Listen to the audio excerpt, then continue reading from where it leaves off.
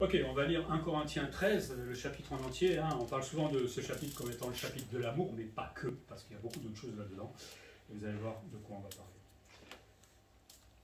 Donc, quand je parlerai les langues des hommes et des anges, si je n'ai pas l'amour, je suis un airain qui résonne ou une cymbale qui retentit. Et quand j'aurai le don de prophétie, la science de tous les mystères et toute la connaissance, quand j'aurai même toute la foi jusqu'à se transporter des montagnes, si je n'ai pas l'amour, je ne suis rien. Et quand je distribuerai tous mes biens pour la nourriture des pauvres, quand je livrerai même mon corps pour être brûlé, si je n'ai pas l'amour, cela ne me sert à rien. L'amour est patient, il est plein de bonté, l'amour n'est point envieux, l'amour ne se vante point, il ne s'enfle point d'orgueil, il ne fait rien de malhonnête, il ne cherche point son intérêt, il ne s'irrite point, il ne soupçonne point le mal, il ne se réjouit point de l'injustice, mais il se réjouit de la vérité. Il excuse tout, il croit tout, il espère tout, il supporte tout. L'amour ne périt jamais, les prophéties seront abolies, les langues cesseront, la connaissance sera abolie, car nous connaissons en partie et nous prophétisons en partie. Mais quand ce qui est parfait sera venu, ce qui est partiel sera aboli. Lorsque j'étais enfant, je parlais comme un enfant, je pensais comme un enfant, je raisonnais comme un enfant. Lorsque je suis devenu homme, j'ai fait disparaître ce qui était de l'enfant. Aujourd'hui, nous voyons au moyen d'un miroir, d'une manière obscure, mais alors nous verrons face à face. Aujourd'hui, je connais en partie, mais alors je connaîtrai comme j'ai été connu. Maintenant donc, ces trois choses demeurent, la foi, l'espérance, l'amour, mais la plus grande de ces choses, c'est l'amour.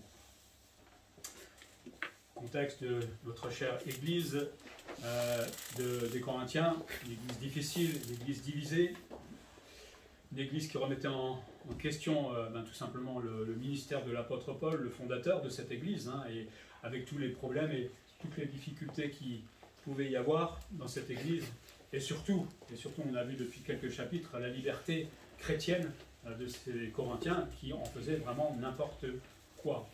Et on avait commencé à voir un peu cette liberté chrétienne la dernière fois dans le problème des dons spirituels, la mise en pratique des dons spirituels. Chez eux, ce n'était pas fait avec humilité, c'était fait avec orgueil, et tout le monde voulait absolument parler en langue, alors que ce n'est pas du tout ce que demande la Bible, puisque c'est l'Esprit qui distribue à tous comme il veut. Et l'Esprit ne distribue jamais le même don à toute l'Église. Au contraire, il a une foule de dons, on avait vu la dernière fois, qu'il va donner aux uns et aux autres pour bien faire fonctionner l'édifice. Comparaison avec notre corps, le corps n'est pas fait que d'un œil ou que de yeux, sinon ce ne serait pas beau, que des yeux, ce serait bleu. Mais on a une main, on a des pieds, heureusement que j'ai mes pieds pour tenir debout. J'ai des mains, heureusement, pour me faire manger, pour me gratter l'œil. Et l'œil ne peut pas dire, j'ai pas besoin de la main parce que c'est pas beau. Exactement la même chose avec les dons spirituels, chacun a un don différent. Et là, il avait terminé l'épître, au verset 31 du chapitre 12, « Aspire aux dons les meilleurs ». Donc, cherchez à avoir ces dons, mais il va nous montrer une voie par excellence qui est l'amour. Et donc, il va dire que pratiquer les dons sans amour, premièrement, c'est complètement vain. Il faut comprendre la difficulté des Corinthiens. Il faut imaginer qu'il y avait deux camps certainement dans l'Église. Il y avait ceux qui parlaient en langue, donc qui avaient de l'orgueil, qui croyaient que leurs dons étaient absolument meilleurs.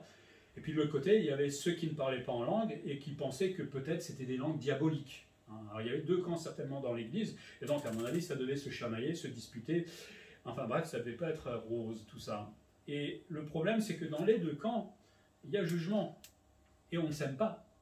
L'un accuse l'autre et l'autre accuse l'autre, ou l'autre s'enorgueillit par rapport à l'autre, et finalement là-dedans il n'y a aucun amour alors qu'on essaie de servir le Seigneur avec nos dons. C'est un peu ridicule. Si on pratique nos dons spirituels avec de l'orgueil, c'est inutile quelque part. Et c'est pas ce que le Seigneur veut pour nous. Et donc Paul veut montrer la voie par excellence qui est l'amour. Et là, l'amour, parce qu'on dit toujours chapitre 13, c'est le chapitre de l'amour, c'est pas tout à fait vrai, pour moi en tout cas dans le contexte, c'est l'amour dans le service ou dans la mise en place de nos dons. C'est ça le vrai contexte de ce chapitre. Enfin, on peut parler évidemment de l'amour tout simplement dans ce chapitre. Mais quoi que nous fassions dans notre service dans l'Église, quoi que nous ayons comme don, quoi que nous allions visiter, quoi que nous invitions, quoi qu'on fasse, si on ne le fait pas avec amour, ça n'a servi à rien. Et c'est quand même triste de se dire peut-être que je peux être pasteur pendant 10 ans, annoncer l'Évangile juste pour mon orgueil et un petit gloriole, et ça ne sert à rien. C'est ridicule quelque part. Hein. C'est valable dans tout ce qu'on fait. Paul va employer ce qu'on appelle là une hyperbole. Hein. Une hyperbole, c'est une figure de style consistant à mettre en relief en fait une expression en l'exagérant. De notre manière, quand il va dire quand je parlais la langue des hommes, etc., il est en train d'exagérer tout hein, pour démontrer quelque chose. Donc il dit, si je parlais la langue des hommes et des anges, si je pouvais parler toutes ces langues, hein, ben, si je le fais que pour moi ou pour mon orgueil, c'est complètement inutile pour les autres. Hein, ça ne sert à rien. On verra dans le chapitre 14 que vaut mieux des fois enseigner que parler en langue, parce que le parler en langue, s'il n'est pas compris, ça ne servait à rien à ce moment-là. Hein, si je vous parlais en allemand, Guten Tag, ça ne vous servira à rien de venir à l'église ce matin, on est bien d'accord. On verra ça la semaine prochaine. Parler sans être compris, puisqu'il dit si je raisonne comme un airain, ben, ça ne contribue à rien, ça n'édifie pas tout simplement l'Église. Si vous ne comprenez pas ce que je vous dis, on rappelle un peu l'Église catholique à l'époque qui faisait tout en latin, tu viens, tu comprends rien, tu ressors, comment tu veux être édifié? Ça ne sert absolument à rien. Hein. Et en plus derrière, s'il y a de l'orgueil pour ça, c'est complètement ridicule. Alors on voit la langue des anges. Alors là, aujourd'hui, hein, la langue des anges, pour certains pentecôtistes, c'est une langue exaltée. Hein, en parlant en langue, il y en a qui tombent par terre, il y en a qui font de ces choses assez bizarres. Hein, il y a un homme qui fait comme ça dans l'assemblée, il y a toute la foule qui tombe par terre. Il y en a qui mangent de l'herbe après le culte. On peut faire n'importe quoi. Vous savez, dans la Bible, il n'y a qu'un seul verset qui parle de langue des anges, c'est ici. Comment on peut bâtir une doctrine juste avec un verset? Et surtout, on va expliquer. Alors, dans un livre pseudo-épigraphe, c'est un livre que quelqu'un a écrit, et là, par exemple, c'est celui de Job, et il va signer du nom de Job. Hein, j'emprunte le nom de quelqu'un qui est connu. C'est un pseudo-épigraphe. Dans ce livre, on évoque, là, un parler en langue des anges. Par exemple, dans ce livre, on voit que les filles de Job mettaient une espèce de ceinture spéciale qui pouvait leur permettre de s'exprimer dans le dialecte des anges. C'est faux, hein, ça n'a aucune autorité, c'est juste pour que vous le sachiez. Mais quand on s'intéresse à Paul, dans 2 Corinthiens 12, 4, il écrit « Il fut enlevé », alors on suppose que c'est Paul, « il fut enlevé dans le paradis et il entendit des paroles merveilleuses qu'il est permis à un homme d'exprimer ». On suppose que Paul était ravi au 3e ciel et était là peut-être en présence justement des anges. Alors, on ne sait pas si c'est vraiment Paul, mais s'il s'agit de lui, en tout cas il était ravi au paradis et durant cette visite, il a certainement entendu les habitants qui s'exprimaient, et là en l'occurrence peut-être les anges. Pourtant, il déclare après ce verset qu'il n'est pas permis à personne de s'exprimer, qu'il n'est permis à un homme d'exprimer les paroles merveilleuses qu'il a entendues. En d'autres termes, Paul s'interdit de reproduire ou de dire ce qu'il aurait éventuellement entendu là-haut. Et s'il y avait par exemple une langue des anges, il dit « je ne le reproduis pas sur la terre ». Combien plus l'Église devrait faire la même chose, hein. Personne ne peut dire « je parle la langue des anges ». Pourquoi? Tout simplement parce que chaque fois qu'un ange s'est adressé à Abraham, à Daniel, à Isaïe, dans quelle langue il s'est adressé à eux? En allemand? En chinois? Vous savez, un ange, c'est un messager. Un messager, quand il va vers une personne, il doit être compris. Sinon, il ne peut pas transmettre le message. Ça ne sert à rien. Et ce n'est plus la définition d'un ange dans ce cas-là. Hein. Donc on peut conclure que chaque fois qu'un ange apparaissait à quelqu'un, il s'adressait dans la langue de la personne qu'il avait en face pour être compréhensible. Hein. S'il était allé voir, par exemple, il y avait 3 anges qui sont allés voir Abraham en moins, il faisait Shabala, Shabala, Shabala. Abraham, il n'aurait peut-être pas invité ses anges à manger chez eux. Hein, et il leur a dit, allez voir le médecin, ça ne va pas chez vous. Hein. Il y a un problème, tout simplement. De plus, lorsque les anges communiquaient avec les hommes, ils n'étaient jamais en extase non plus. Donc on ne peut pas, à partir de ce verset-là, dire qu'il y a un parler des anges, la langue des anges, et en plus l'extase derrière. Chaque fois qu'ils venaient, ils étaient corrects, normal. Ce n'était pas extatique. Hein. Donc on ne peut absolument pas baser une doctrine de langue des anges sur ce verset-là. C'est complètement faux. En plus, les langues dont parle 1 Corinthiens 13, 1 vient d'un nom féminin datif pluriel. Alors, je suis un peu plus technique, mais selon ce pluriel, il existerait plusieurs langues et angéliques, puisqu'il dit les langues des anges, au moins autant que les langues humaines. En remarquant que les langues humaines et leurs variantes, c'est le produit de quoi? D'un jugement. D'accord? D'un jugement. À Babel, vous vous souvenez qu'à cause de ces hommes qui ont commencé à construire une tour pour aller rejoindre Dieu ou pour se prendre pour Dieu, Dieu les a jugés. Et donc, quand nous parlons diverses langues aujourd'hui, ça signifie que nous avons été punis. Si les anges parlaient diverses langues, ça signifierait qu'ils seraient punis. Mais ils ne parlent pas diverses langues, puisqu'ils n'ont pas été punis. Comprenez l'idée? Donc là, on casse complètement l'idée qu'il y a un parler ou des langues des anges, ça n'existe pas. C'est simplement, voilà, on l'a dit tout à l'heure, une hyperbole de la part de Paul. Il exagère absolument tout pour démontrer ce qu'il veut démontrer. Avoir tous les dons aussi, hein. Quelqu'un peut avoir une grande connaissance de Dieu, même une foi, comme il dit, qui transporte les montagnes, mais s'il n'a pas l'amour, il n'est rien. C'est dur ce qu'il dit quand même. Hein. Montagne, lève-toi. Elle se déplace la montagne. Si je le fais avec orgueil, ça ne sert à rien. Je n'ai jamais bougé les montagnes, je vous rassure. Je n'ai pas assez de foi encore pour ça. Mais on n'est pas utile pour l'Église.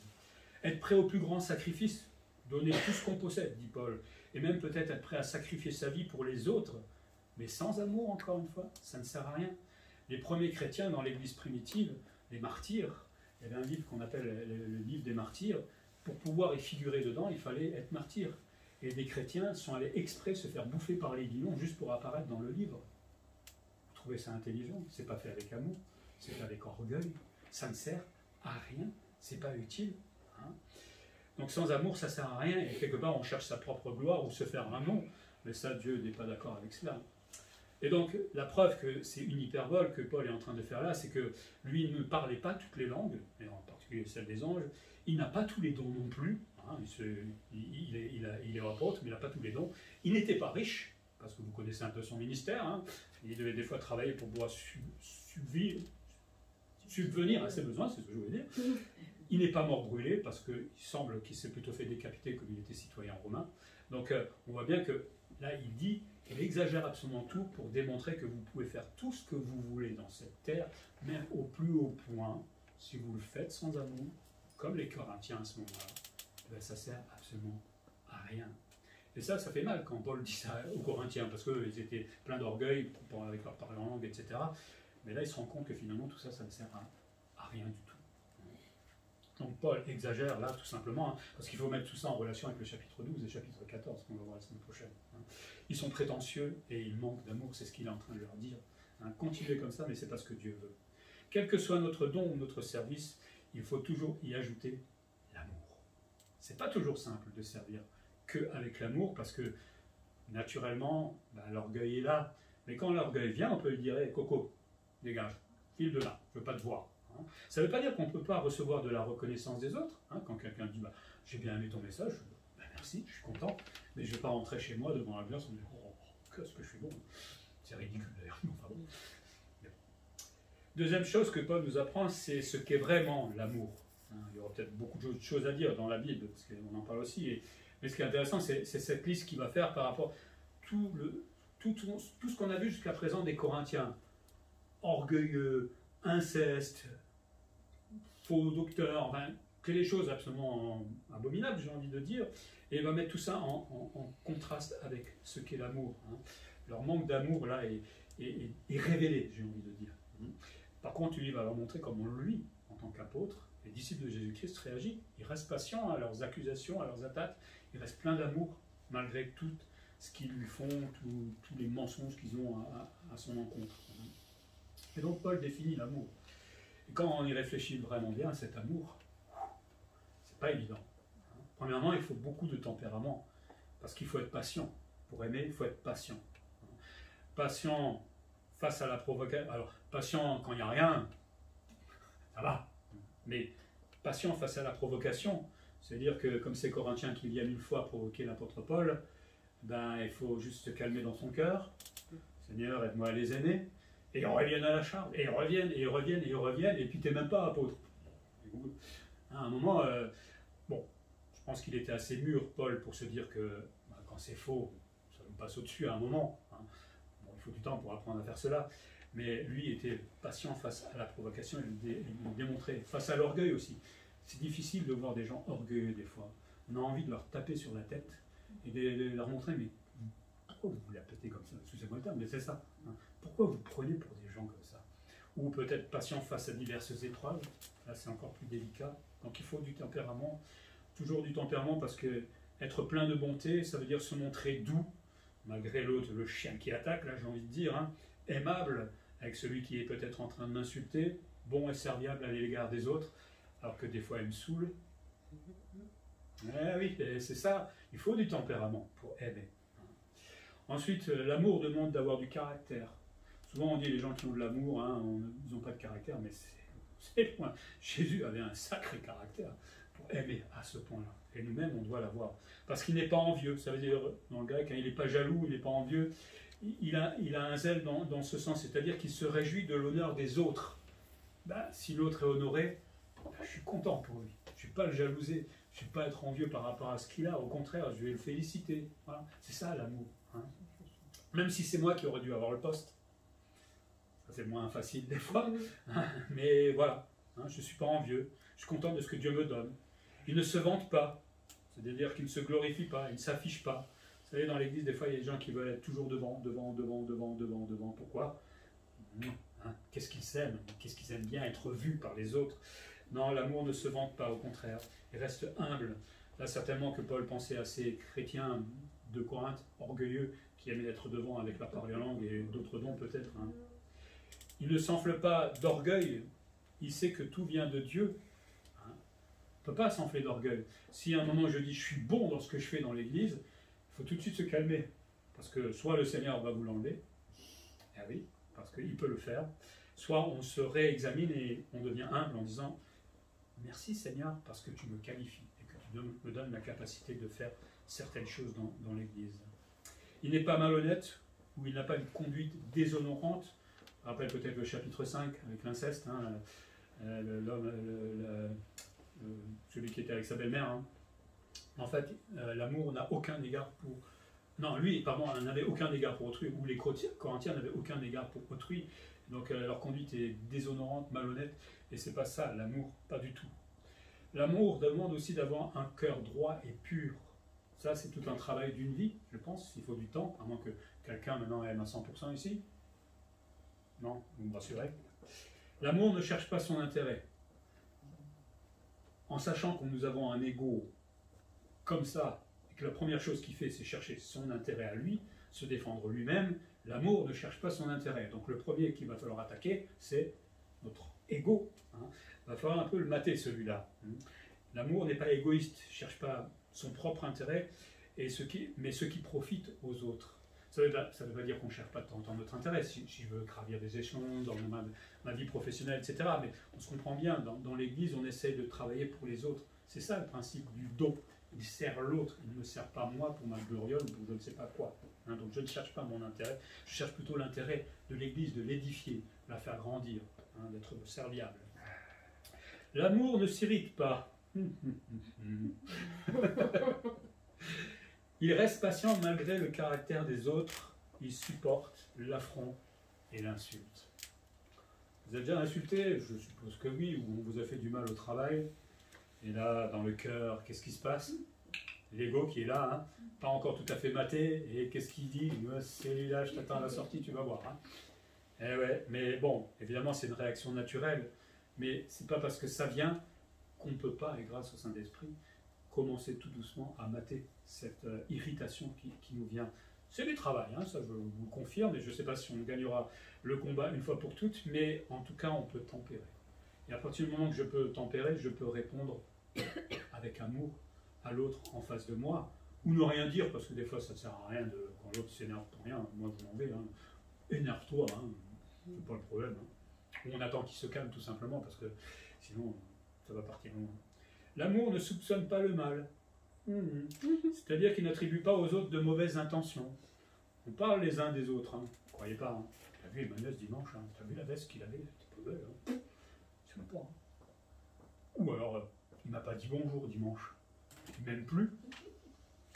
Si je vous aime plus, je vous le dirai, ne vous inquiétez pas. Je le dirai jamais. Mais on peut soupçonner des fois le mal. Et on imagine des choses les uns chez les autres. Attention à ce qu'on pense des fois, parce que ce n'est pas forcément de l'amour. Des fois c'est vrai, bon là il n'y a pas de problème. Hein. Si par exemple on doit faire la discipline, mais attention à ne pas soupçonner le mal. Si j'ai un doute sur quelque chose, si vous avez un doute vis-à-vis de moi, posez-moi la question. Tu es encore marié? Oui, je suis encore marié. Non, je rigole. Je pensais à la Séville où je vais une fois par an, enfin ça fait un moment que j'y étais pas, mais comme je vais jamais avec ma femme, bon, je leur dis toujours, ne vous inquiétez pas, je suis toujours marié. Donc ne soupçonne pas le mal, ne se réjouit pas de l'injustice. Il n'aime pas voir l'autre touché de façon injuste. quelque chose que je ne supporte pas quand on fait du mal à quelqu'un d'autre. Alors attention à la réaction aussi qu'on peut avoir, hein, parce qu'il y a les justiciers sur ce monde qui viennent et qui tuent tout de suite l'autre. Non, c'est pas ça évidemment l'amour, mais je ne peux pas être là dans mon cœur en me disant c'est bien fait pour lui. Il a mérité ce coco. Depuis le temps qu'il m'embête celui-là, non, je ne peux pas me réjouir. Parce que l'injustice, ce n'est pas de l'amour, au contraire. Il faut que nous soyons justes et nous réjouir de ce qui est juste. L'amour, justement, dit Paul, se réjouit de la vérité, c'est-à-dire ne cache pas la vérité, il ne couvre pas le péché. Et là, c'est des fois mal compris quand un pasteur va chez quelqu'un et va lui dire les choses, clairement. Parce que ça fait mal. Ça peut faire mal, mais c'est de l'amour. On l'a vu tout à l'heure. Notre Père, à nous aussi, nous dit les choses des fois clairement. Il nous réveille. Et donc, on ne cache pas la vérité, on n'est pas hypocrite. Moi, je ne peux pas rester hypocrite parce que ça m'énerve, en fait. Il faut aller vers les autres, leur dire la vérité des fois. C'est de l'amour. Parce que si vous laissez les gens dans leur état, c'est pas de l'amour, au contraire. Ils sont en train de se détruire. On ne va pas les aimer comme cela. Au contraire, on va leur dire la vérité. Et si on voit quelqu'un dans le péché, eh ben, on ne va pas le laisser non plus dans cet état-là. On va y aller avec beaucoup d'amour, beaucoup de pincettes, etc. On va essayer de l'aider à sortir de cela. Mais on ne va pas dire, bon, bah, j'ai pas le courage d'y aller, puis je m'en fous, celui-là. C'est pas de l'amour, ça. L'amour demande de la persévérance. Ça commence à devenir fatigant, cet amour. Ça devient lourd. Il excuse tout. Non, ça, je vais le barrer parce que ça, c'est vraiment trop compliqué pour moi. Il excuse tout. C'est-à-dire, c'est comme les toitures, en fait. Il couvre tout. Parce que le grec parle de toiture. Donc, quand vous avez un toit, la prochaine fois que vous devez excuser quelqu'un, pensez à votre toit. Je dois faire comme mon toit, me protéger, me couvrir des erreurs d'autrui. Ça ne veut pas dire qu'on est naïf quand on excuse tout. Parce que parfois on excusera, mais en reprenant sévèrement. La discipline, par exemple. Si quelqu'un a fait un péché, on le reprend. On n'est pas naïf. On reprend la personne, on le discipline. Parce que souvent, moi, quand j'étais jeune chrétien, enfin jeune, non pas chrétien, mais à ce moment-là, mais je voyais chrétien, j'ai trouvé débile, excusez-moi le terme, parce qu'il pardonne tout. C'est pas ça être chrétien, je suis désolé, quand quelqu'un fait du mal, il faut lui dire, etc. Mais quand j'ai vu Jésus, quand j'ai lu la vie de Jésus, quand il reprenait ses pharisiens, un muraille blanche, j'aimerais dire ça, une muraille blanche, il avait du caractère, et il n'était pas naïf, il ne se laissait pas faire non plus, sauf au moment où il l'a décidé, sur la croix. Donc l'amour excuse tout. Alors ça sera des combats parfois dans notre vie, parce qu'il y a des excuses qui sont plus difficiles que d'autres, mais l'essentiel c'est qu'on ait ça à cœur, c'est d'y arriver. Et ça c'est déjà beaucoup, parce que beaucoup de gens ne veulent pas y arriver même, et ils s'en fichent, c'est bien fait pour l'autre, ou je ne te pardonne pas, enfin c'est tout. L'amour croit tout, c'est-à-dire qu'il cherche ce qui est le meilleur chez l'autre sans être naïf pour autant. Moi j'écoute les gens, je crois ce qu'on me dit, je ne suis pas débile non plus, je réfléchis, voilà, si on me dit certaines choses, ou si je vois vivre la personne, bon, à un moment je vais dire t'es gentil, mais là tu mens, voilà. Mais dans la mesure où j'essaye, je crois ce que vous me dites, voilà. Et puis si je ne peux pas vérifier, il y en a un autre qui vérifie là-haut, et puis c'est lui qui réglera les comptes avec vous, si moi je ne peux pas le faire. Donc on croit tout, sans être naïf. Il espère tout aussi. Ça c'est un long combat aussi, c'est-à-dire qu'on espère que toute chose aille mieux chez l'autre. On espère que les gens vont aller mieux, changer, croître spirituellement. Et ça, on va le faire durant toute une vie en tant que pasteur, hélas. On espère déjà pour nous-mêmes de grandir, parce que moi aussi j'ai besoin de grandir encore. Mais on espère que toutes ces choses se passent dans la vie des gens. Et c'est pour ça compris encore. Et quand on voit que ça avance, alors là, on est tout heureux. Et c'est de l'amour que d'espérer, de croire que quelqu'un peut avancer. Il supporte tout. Bon, là, on va s'arrêter là, parce que ça commence à être fatigant. Supporter tout, quelles que soient les situations. Bon, aujourd'hui, supporter tout en France, ça va. Il n'y a pas des soldats qui vous ont arrêté ce matin pour vous demander où vous alliez, non? Vous n'êtes pas fait fusiller, vous êtes là. Mais pensez à ces églises persécutées qui tremblent chaque fois qu'ils doivent aller à l'église. Qui tremblent, avec certainement la boule au ventre, en ne sachant pas s'ils vont rentrer à midi. Mais ils ont envie de louer le Seigneur. Et c'est fou d'avoir des chrétiens comme ceux-là qui vont le faire quand même. Alors que nous, en France, on est tranquillement à la maison en disant « Oh, je suis fatigué ce matin ». Eux, ils ont vraiment de la reconnaissance, ils le démontrent. Face à tous les traitements qu'on peut vivre, il faut les supporter. Alors pas grâce à nos forces, évidemment, mais grâce aux forces que le Seigneur nous donne. Et là, Paul a envie de dire, vous voyez le contraste qu'il y a entre vous, les Corinthiens, et l'amour que Dieu, enfin la définition de l'amour que Dieu a. Hein. C'est comme ça que des chrétiens devraient vivre. Pas comme vous vivez à ce moment-là, les Corinthiens. Et nous-mêmes, je crois qu'on a toujours à apprendre hein, dans l'amour, à demander au Seigneur de nous apprendre à aimer toujours un peu plus. Et pas apprendre juste une partie de tout ce qu'on vient de voir. Hein. Moi, je vais travailler juste, je crois, tout. Allez, on va travailler ça pendant 15 ans. Ça, je ne vais pas avoir à supporter tout. Non, c'est un paquet, l'amour. Hein. C'est un ensemble. On n'a pas à choisir là-dedans. De toute façon, si je n'excuse pas, ben, j'aime pas tout simplement, et donc tout le reste s'écroule. Et une troisième chose, et c'est là où on revient vers les dons spirituels, c'est que l'amour va subsister aux dons spirituels. Hein. Vous, les Corinthiens, qui vous enorgueillissez avec ces dons, etc., mais ça va s'arrêter à un moment. En tout cas, certains dons, et c'est ce qu'on va voir maintenant. L'amour ne périt pas, contrairement à certains dons. Hein. Le verbe périr, qui signifie tomber, échouer, heurter, déchoir, donc l'amour, on pourrait dire, ne tombera jamais. Jamais. L'amour n'aura jamais de fin. Il n'y a pas de commencement puisque l'amour est incarné en Dieu. Hein, mais cet amour se fondra, je sais pas comment, j'ai pas de mots pour dire que ça continuera dans l'éternité, toujours, toujours, toujours. Et avec un vrai amour cette fois, parce que ce sera l'amour, comme Jésus l'a pour nous aujourd'hui, parfait. Hein, vous imaginez, c'est merveilleux. Par contre, Paul dit, certains dons vont s'arrêter. On va aller voir tout à l'heure, tu peux commencer à mettre le petit PowerPoint. Et je vais allumer le machin si ça marche. Voilà. Excuse-moi. Non, on ne veut pas, il est parti. Voilà. Donc il dit que la prophétie et la connaissance vont être abolies. Là, il faut faire un peu de grec, je suis désolé, mais le verbe abolir, ça veut dire c'est quelque chose qui est anéanti, c'est quelque chose qui est détruit, qui est réduit à néant. Donc Paul dit hein, que la prophétie et la connaissance vont être réduits à néant quand le parfait va venir. Je vais faire on verra tout à l'heure le schéma. Et il dit par contre que les langues vont cesser. Dans ce qu'il est en train de dire, il utilise la prophétie, la connaissance et les langues. Par contre, le traitement des langues est différent du traitement de la connaissance de la prophétie. C'est-à-dire, le verbe signifie les langues vont s'apaiser, vont s'achever, vont s'abandonner d'elles-mêmes. En fait, c'est quelque chose qui va cesser tout doucement. Vous voyez la différence entre la connaissance et la prophétie qui s'arrête net au moment où le parfait va arriver, et les langues qui vont s'arrêter progressivement. Ce n'est pas la même façon de s'arrêter. Alors aujourd'hui, c'est-à-dire au moment où Paul parle, hein, il disait nous connaissons et nous prophétisons en partie, c'est-à-dire que Dieu, on avait vu la semaine dernière, avait donné des dons spirituels particuliers. Il y avait des prophètes à ce moment-là qui recevaient des messages du Seigneur pour encourager, exhorter l'Église. Il y avait des dons de connaissances, etc. Toutes ces choses étaient là au moment de Paul. Hein. Nous connaissons et prophétisons en partie, mais quand ce qui est parfait, je vais définir ce qui est parfait tout à l'heure, ne vous inquiétez pas, mais quand ce qui est parfait sera venu, ce qui est partiel sera aboli et va disparaître. Donc Paul est en train de nous dire que nous, dans cette époque-là aujourd'hui, nous faisons certaines choses, mais à un moment, ces choses-là vont s'arrêter. Pour une raison, c'est ce parfait. Alors la question justement, qu'est-ce que c'est que ce parfait dont nous parle l'apôtre Paul? Il y a beaucoup d'interprétations. Maintenant, il faut le mettre par rapport à ce que dit Paul, surtout. Hein. Alors, le mot parfait en grec, c'est téléios. Ça veut dire parfait, devenu parfait, homme parfait. C'est quelque chose qui devient parfait, en fait, hein, parfaitement. Il signifie aussi amener à sa fin. Hein, ou, on pourrait dire, c'est que la chose est accomplie. Voilà, on est arrivé au bout de la chose et on ne peut pas aller plus loin. Ça parle aussi de vertu, d'intégrité humaine consommée ou de complètement développée, arriver à un âge adulte, à un âge mûr.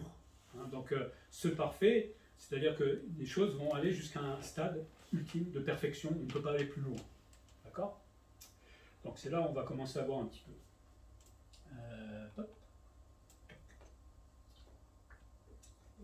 Alors juste pour expliquer un peu mon tableau, j'ai découpé en ce qu'on appelle en période, en économie, voilà, le mot m'échappe, bon ça va me revenir. Aujourd'hui, on est dans la période de l'Église, hein, qui a commencé avec la Pentecôte. Il y aura une période de tribulation, d'accord? C'est les 7 ans hein, de Daniel. Et puis il y a le millénium, et puis il y aura le ciel. Ça, c'est l'eschatologie, mais ça va être important par rapport à ce que je dis.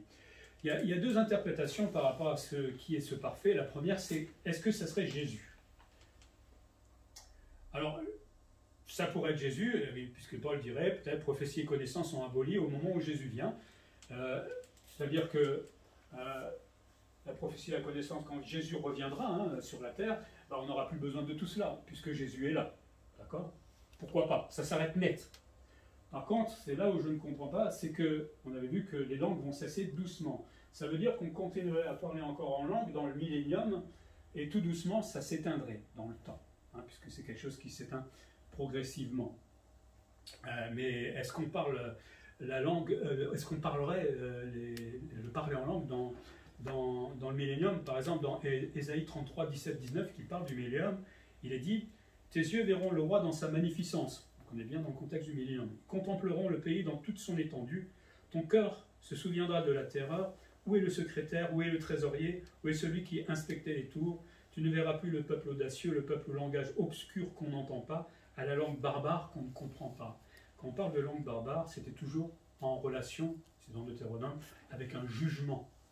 Quand Israël entendait une langue barbare, c'était un jugement. On verra ça aussi dans 1 Corinthiens 14. Donc, pourquoi parler encore en langue pourquoi parler encore en langue? Voilà, ça suffit. Hein. Pendant le millénium, parce que le parler en langue était un signe de jugement, on en parlera aussi la semaine prochaine, pour les Juifs.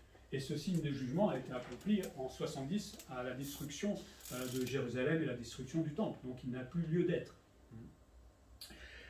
De plus, le mot parfait, hein, ce parfait-là, il est dans le grec, il est au neutre. C'est un peu comme en allemand, vous avez le féminin, le masculin et le neutre. Et quand on parle de neutre, c'est une chose. Et ça ne parle jamais d'une personne. Donc le mot parfait ne peut pas décrire une personne.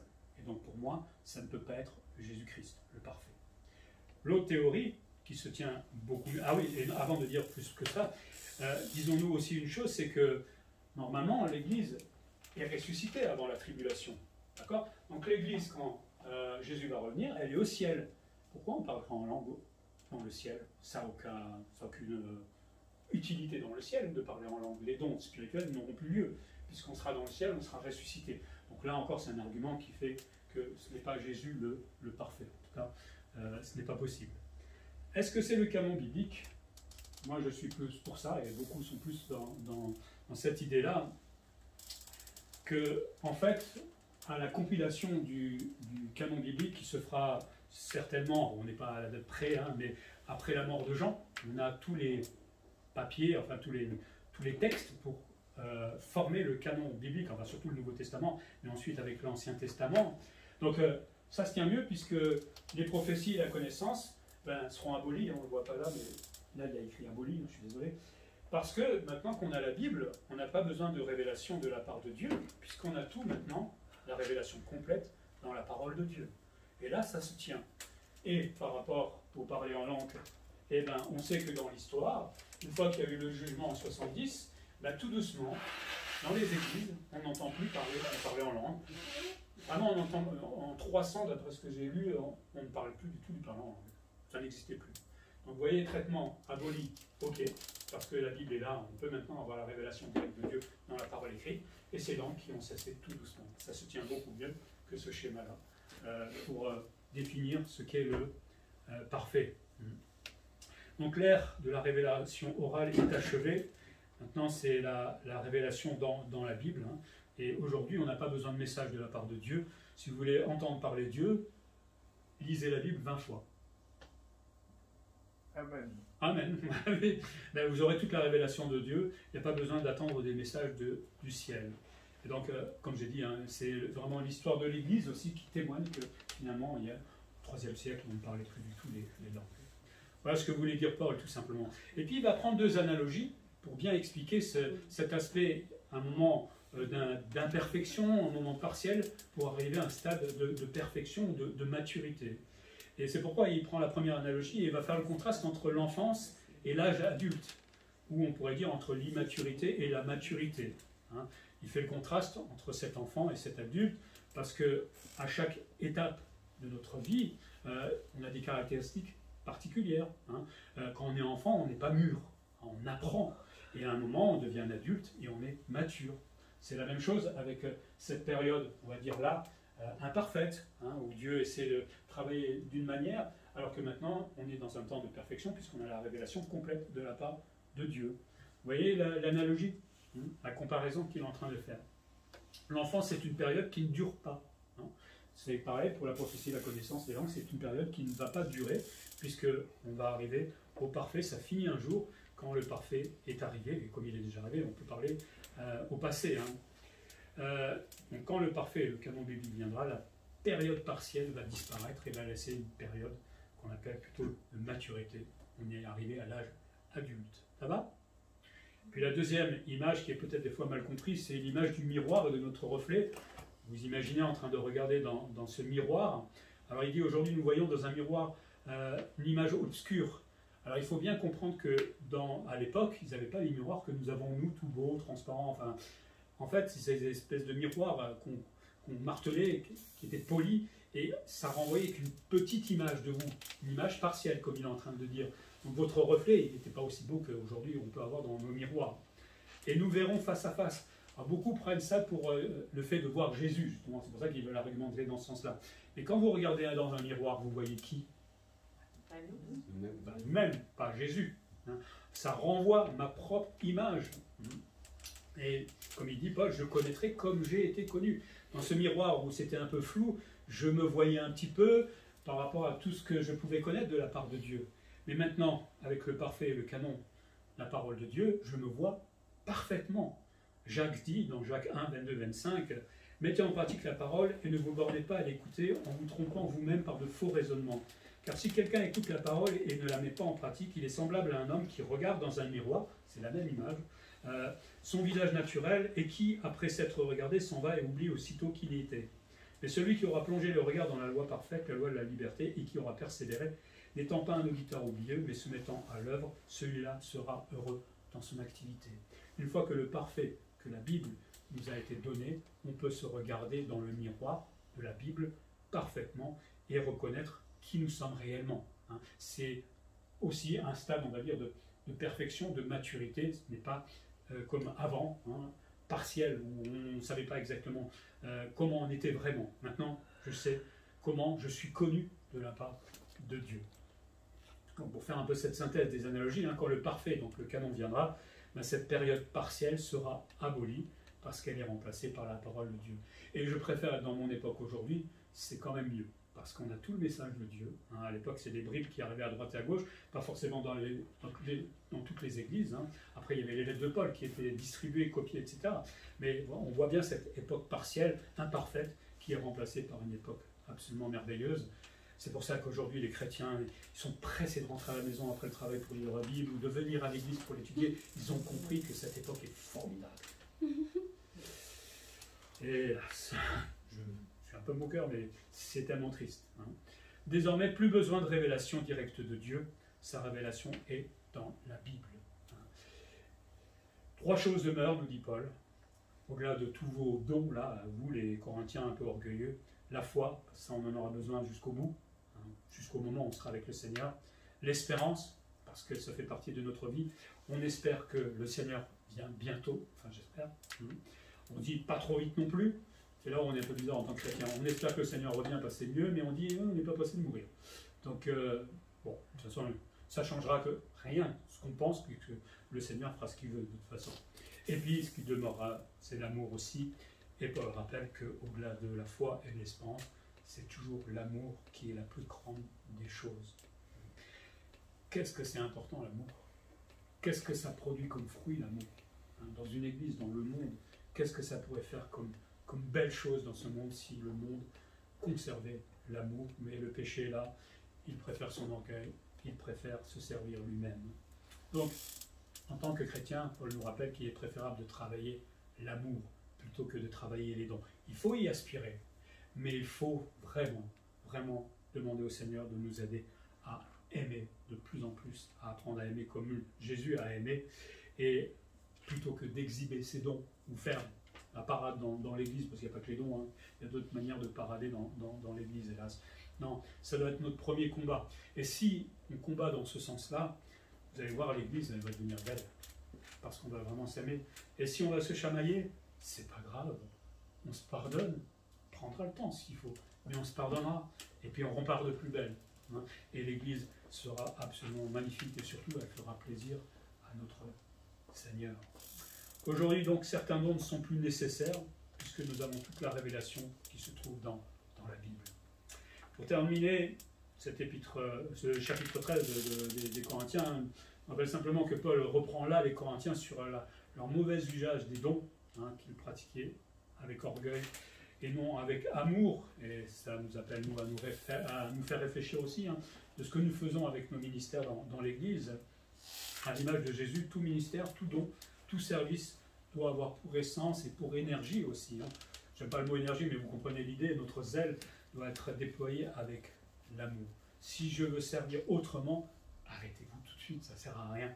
Vous allez vous servir vous-même, et Dieu n'aime pas cela. Et on le verra aussi. C'est ça qui est triste. Et surtout, la question qu'on peut se poser à un moment, mais comment on peut s'arrêter, s'enorgueillir de son don, en sachant que tout vient de Dieu? C'est paradoxal, c'est idiot, j'ai envie de dire, excusez-moi le terme, mais c'est idiot de penser que je suis tellement bon dans ce que je fais, alors que tout me vient de Dieu. Dieu est plein d'amour parce qu'il pourrait des fois retirer ça d'un seul coup, si vous voulez. Mais bon, mais tout nous vient de Dieu. Et là, justement, quand nous servons, ça nous pousse plutôt à nous mettre à genoux et dire, Seigneur, merci de la capacité, du don que tu me donnes pour pouvoir servir les autres. Merci de l'amour aussi que tu me donnes pour les autres, alors que ce n'est pas toujours simple de servir les autres. Puissions-nous apprendre à vivre au quotidien avec cet amour et aussi à servir avec amour. Et je crois que l'image que j'ai moi toujours dans ce service ou ce service avec amour ou vivre avec amour, c'est simplement imiter Jésus-Christ tout simplement. Comment lui s'occupe de moi tous les jours, s'occupe de ce monde. Mais le monde doit l'exaspérer des fois et pourtant il continue à l'aimer. Nous devons faire pareil. On est exaspéré par les gens des fois, mais on doit continuer à les aimer. Le Seigneur nous donnera la force pour cela. Apprenons à aimer. Prions. Seigneur, merci pour ta parole qui est la révélation complète et quelle joie nous avons d'avoir aujourd'hui la Bible, ce Dieu qui nous parle directement, qui nous donne ses commandements, qui nous montre combien il nous aime, combien il prend soin de nous, combien parfois il reprend aussi son peuple. Mais cette Bible qui nous dit tout sur toi, Seigneur, et qui nous montre comment te servir, comment marcher avec toi, qui nous montre comment toi tu es à côté de nous, Seigneur, pour nous encourager, nous aider dans l'épreuve. Bref, une Bible dont on ne se passera jamais, Seigneur. Et merci de nous l'avoir donnée. Merci aussi pour ce chapitre qui parle de l'amour. Et je crois que chacun d'entre nous, nous pouvons que nous mettre à genoux devant toi en te suppliant de nous aider à apprendre encore un peu plus à aimer. Parce qu'on est loin d'être des professionnels dans ce domaine-là. Mais voilà, ça fait partie du programme de la vie chrétienne. Et rappelle-nous-le de temps en temps qu'il y a ce temps où nous devons apprendre l'amour. Alors oui, il y aura certainement des épreuves derrière, encore une fois. Des choses difficiles parce que notre cœur est dur, mais merci pour le travail que tu vas faire dans le cœur de chacun d'entre nous parce qu'on a maintenant vivre les uns et les autres avec amour. Aide-nous à avoir de l'amour aussi pour ce monde, tant dans l'évangélisation, à avoir un cœur qui pleure, j'ai envie de dire, de voir ces gens se perdre comme cela et donne-nous des opportunités de parler de toi et de cet amour parce que le monde ne vit qu'avec l'amour du monde et bien souvent c'est plutôt la haine et la colère. Et quand on découvre ton amour, ça change complètement la vie. Aide-nous à les aimer aussi dans le travail, parmi nos amis, etc. À être patient avec eux. Bref, un grand programme qui est l'amour pour chaque chrétien. Que ton Église te glorifie dans ce domaine-là. En Jésus-Christ. Amen. Amen.